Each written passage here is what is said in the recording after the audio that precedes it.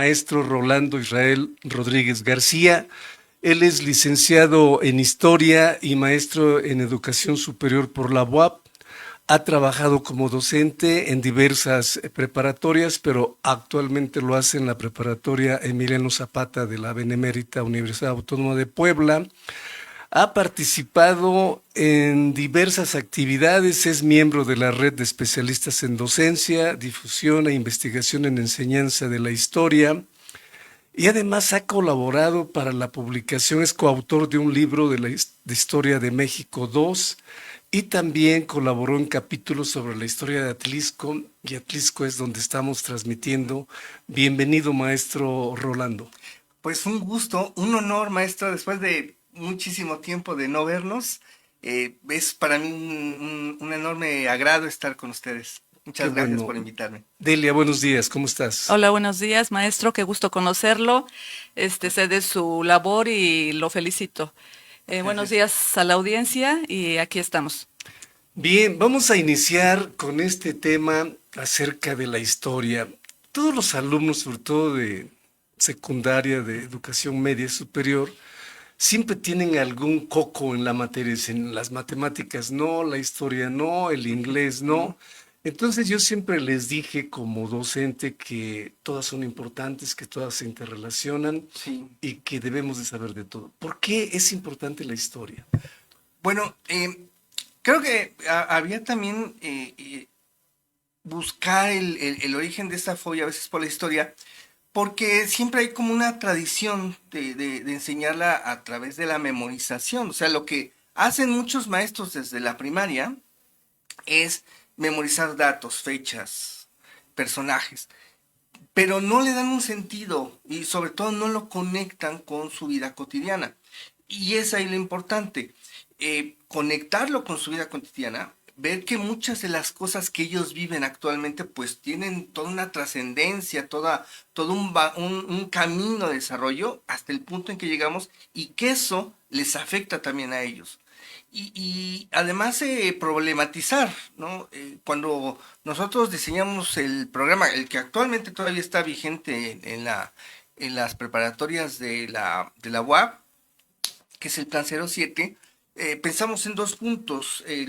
La primera parte que era a partir de desarrollar el sentido de identidad, estudiando las culturas prehispánicas, la época prehispánica y colonial, y a partir de eso, que ellos encuentren el sentido de qué son como parte de México, dónde están las costumbres, las tradiciones, y que ellos lo puedan ver en su entorno.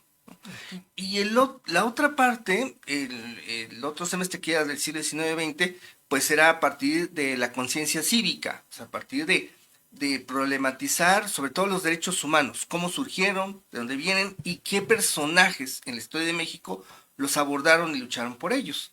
Y por eso es que también ellos pueden gozar de los derechos que ahora tenemos, por lo menos en teoría, ¿no? En la Constitución. Ese era el sentido. Y entonces, cuando se problematiza con ellos y se aborda en esta parte de la vida cotidiana, creo que cambia el sentido. Entonces ya lo pueden ver de otra forma. Por eso es importante la historia, porque nos hace reflexionar sobre todo ese bagaje y en qué momento estamos, ¿no? Es complicado, realmente hay varios autores que lo abordan y para eso también se necesitan como ciertos niveles cognitivos. No es fácil para un chico, un niño, primaria, secundaria, empezar a abordar estos temas porque son cosas que ellos no vivieron. Claro, Y entonces abordar cosas que ellos, de los que cuales no tienen noción, imaginarse un mundo en el que ellos no vivieron es complicado, claro. ¿no? Ahora pregúntenle a un chico, o que se trate de imaginar cómo es un mundo sin internet, o sea, para ellos es como impensable, ¿no? Entonces hacer ese ejercicio es interesante y los hace reflexionar, pero además también encontrar eh, modelos abstractos, ¿no? De nociones del tiempo, pero además de cosas que ellos no vivieron, ¿no? Un ejemplo, eh, no sé si los chicos, no sé, de 15 años, menores de 20, van a encontrar un poco complicado, por ejemplo, marcar. ¿Se acuerdan de los teléfonos que había estos de ruedita? Sí, Estos que tenían los el disco. puntitos, el disco, con los puntitos. Pregúntele, o sea, sin saber, sin enseñarle que trate de marcarlo, le va a ser difícil para ellos, porque no van a encontrar cómo se movían los números, Sí, ¿no? Y ayer el chiste era mover la ruedita, Claro. sí. ¿no? Delia, adelante. Bueno, yo, en su labor, en su labor como historiador, maestro, ¿cuál ha sido el documento de archivo más valioso que ha encontrado? Pues, bueno, no, realmente yo no me he dedicado tanto a la investigación, pero últimamente he estado buscando, bueno, investigando sobre todo la historia de mi preparatoria pues sí nos hemos estado encontrando cosas bien interesantes sobre la fundación de la preparatoria, que es ahora lo que estoy indagando. Entonces, el debate que hubo cuando se fundó la preparatoria fue muy interesante. Y sobre todo, bueno, ya también encontrarlo, porque además, como es historia reciente, hay que entrelazarlo con los testimonios. Algo que nos han estado comentando es que en la sesión donde se iba a fundar, hubo dos propuestas para fundar la preparatoria, del nombre de la preparatoria. Una era la de Emiliano Zapata, que es donde yo laboro actualmente, y la otra era 2 de octubre. La cuestión es que esto fue en 1970, estaba muy cercano, entonces por temor a las represalias decían mejor abordar el de Emiliano Zapata, porque además se habían cumplido 50 años del asesinato de Emiliano Zapata en el 69. Entonces, por ahí agarraron la parte de la conmemoración, la entrelazaron y fue el documento. Y he encontrado, por ejemplo, listas de maestros que dieron las primeras clases, bien interesante, porque muchos de ellos no eran todavía profesionales, profesionistas, no se habían graduado, eran alumnos todavía que estaban en la escuela, pero en solidaridad con los alumnos que en ese momento estaban haciendo el movimiento para crear esta preparatoria popular, este, decidieron dar clases y daban clases, pues casi eran sus pares, muchos de ellos. O sea, hay una lista interesante de varios que después fueron trascendentes ya en la vida universitaria y además fundaron otras preparatorias. Sí, fíjate Ah, que eso que dices también sucedió en Atlisco para Sí. fundar la preparatoria. Primero Atlisco, después la Ujú. Simón Bolívar. Hubo estudiantes que empezaron a dar clases y como todo movimiento, ¿no? Se tiene que pasar por una travesía para poder llegar a la regionalización, ¿no? Ujú. Y sí, en efecto, Emiliano Zapata tiene esa historia, ¿no? Ahora te quiero hacer otra pregunta. Es decir, la historia, para que podamos prever el futuro, tenemos que conocer nuestro pasado. Y si no conocemos el pasado, estamos condenados a repetir los errores. ¿Qué le recomiendas a los alumnos para que puedan involucrarse en la historia? Porque es una rama muy importante. Pues yo creo que observar el mundo en el que viven hoy en día y a partir de eso indagar hacia atrás. Hay problemas que son bastante añejos, pero además creo que hay que tener como una visión panorámica, porque además eh, algo, por ejemplo, que se hacía y que ahora creo que se está conectando ya en los programas la visión que ahora tiene el currículum común, el marco curricular común que ahora está implementando la SEP a nivel nacional, es que en el caso de historia está entrelazando lo que es historia universal e historia de México. Por lo menos en nuestro caso, hasta el plan 07 estaban separadas, ¿no? Y algo que es importante es entrelazarlo. Entonces, por ejemplo, si nosotros observamos el mundo de hoy en día, hay bastantes fenómenos que es interesante indagar de dónde vienen y cómo atacarlos, ¿no? ¿Qué es lo que estamos viendo hoy en día? A nivel nacional, pues está todo este proyecto de la Cuarta Transformación, que ha tenido críticas, pero también mucho apoyo y demás, pero además hoy en día se tienen que enfrentar a un gobierno en Estados Unidos que está aplicando una política de discriminación. Y en Estados Unidos ha habido muchos problemas de eso anteriores. Recordemos, por ejemplo, el caso de los movimientos civiles en los 60. Pues, se está viviendo ahora con los latinos algo similar, ¿no? Internacionalmente también tenemos este otro problema entre Israel y Palestina, que eso tiene años. ¿De dónde surge? ¿Cuál es el origen? Pues si nos queremos meter a profundidad, pues es un problema que tiene milenios, ¿no? Desde que los primeros pobladores empezaron a sentarse en esa región, ya empezó a haber conflictos, y es más, si indagamos en los textos religiosos, pues también hay un conflicto, yo diría, de legitimidad de paternidad, ¿no? Porque tanto en la Biblia se mencionan ahí a los profetas y cada religión, caso del Islam y de la religión hebrea, se asumen como los herederos legítimos de esos profetas. Y desde ahí viene el conflicto, ¿no? Y claro, después vienen todos los intereses internacionales de Estados Unidos, de los países de Europa Occidental, inclusive de la Unión Soviética en algún momento, que han pues agravado la situación hasta lo que llegamos hoy en día. Entonces tampoco es nuevo.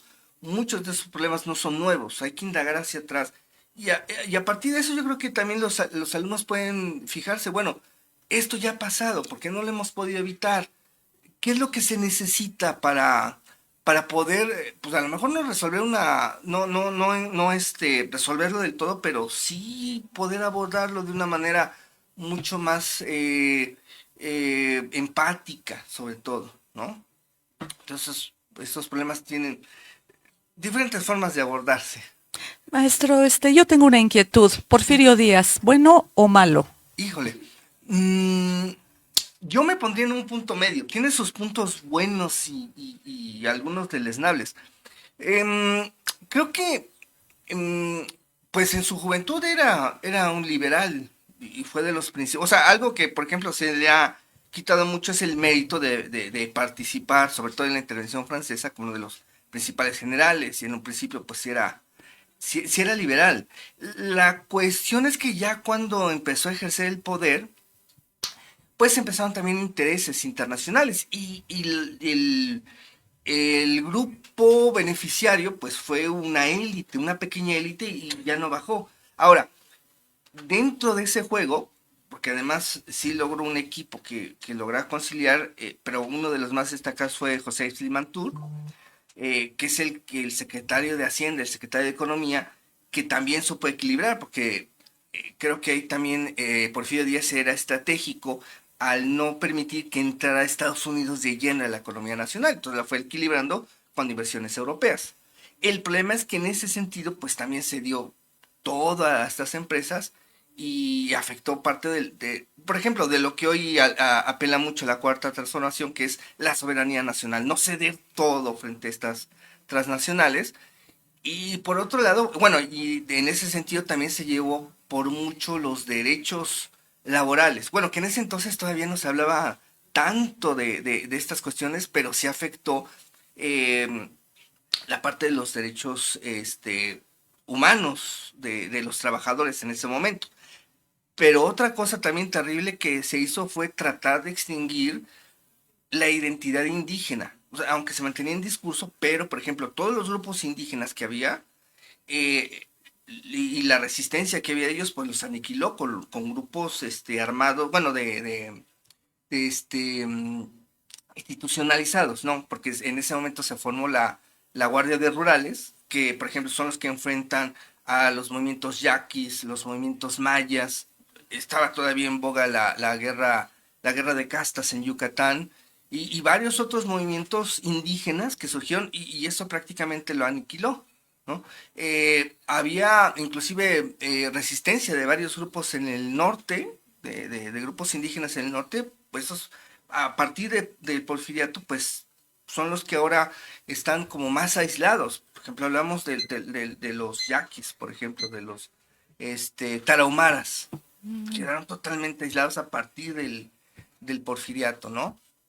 Y claro, ya lo último que surgió pues fue la cuestión democrática, lo cerrado que estaba el grupo, que no permitió que nadie más entrara y que fue a lo que apeló Francisco y Madero, ¿no? Entonces, sí tiene sus puntos buenos, creo yo. Además, eso también hizo que el desarrollo, el impulso del ferrocarril, sobre todo, hizo que económicamente creciera el país, pero no logró bajar a todas las capas y eso fue lo que también afectó. Entonces, en ese sentido, hay cosas buenas y creo que hay cosas malas. Creo que hay que verlo así como en punto justo. Gracias, Maestro maestro. Rolando, el tiempo es fatal aquí en Sí, esto y estamos prácticamente por concluir, pero quisiera que despidieras esta parte de la entrevista. Bueno, primero con un compromiso de que no sea esta la primera ni la última vez, ¿no? Que no, haya más charlas de esta va a naturaleza. ser. Pero ¿qué les dirías en 30 segundos a los estudiantes para que se interesaran más? Pues yo les diría que vean lo que está pasando actualmente en el mundo, como decía, a partir de ello, piensen, reflexionen qué es lo que, de dónde vienen todas las cosas que ellos tienen. Por ejemplo, estas cuestiones, las formas de comunicación han cambiado muchísimo. Platiquen con sus familiares, o sea, para que vean cómo era la vida antes. Y creo que eso también los va, aparte de que creo que queda vínculos familiares, creo que también los hace pensar en un mundo que no ellos no vivieron, ¿no? Cómo era el mundo antes, cómo se comunicaban, qué veían, cómo se divertían, qué escuchaban, qué música escuchaban. Eso es bastante enriquecedor. Por ejemplo, lo que dices, Gaza está siendo reprimida, aislada. La verdad es que la ONU hace nada, porque con Ujú. pronunciamientos no se dice nada. Hay organizaciones de la sociedad civil que han intentado, hay gobiernos que también han mandado alimentación, pero la verdad es que esta es una crueldad, es un genocidio. Sí, Y este tipo que gobierna Israel, Israel, para mí es un enfermo mental, ¿no? Y Estados Unidos lo apoya ujú, porque es su ojo allá para controlar Medio Oriente. Quieren desaparecer, por ejemplo, el conflicto con Irán, ¿no? O ujú. sea, Irán es un país tan importante que fue Persia Exacto, antiguamente, sí, ¿no? sí, sí. Y entonces, a mí me gustaría que retomáramos estos temas con un poquito de más espacio y que hiciéramos una especie de debate sobre estas cuestiones con algunos historiadores como tú. Y si te comprometes, nosotros nos encargamos de abrir el espacio. Ok, muy ¿Sí? bien, muy bien. Sí, sí, Bueno, pues muchas gracias por la participación del maestro muchas gracias a Rolando. ustedes. Gracias.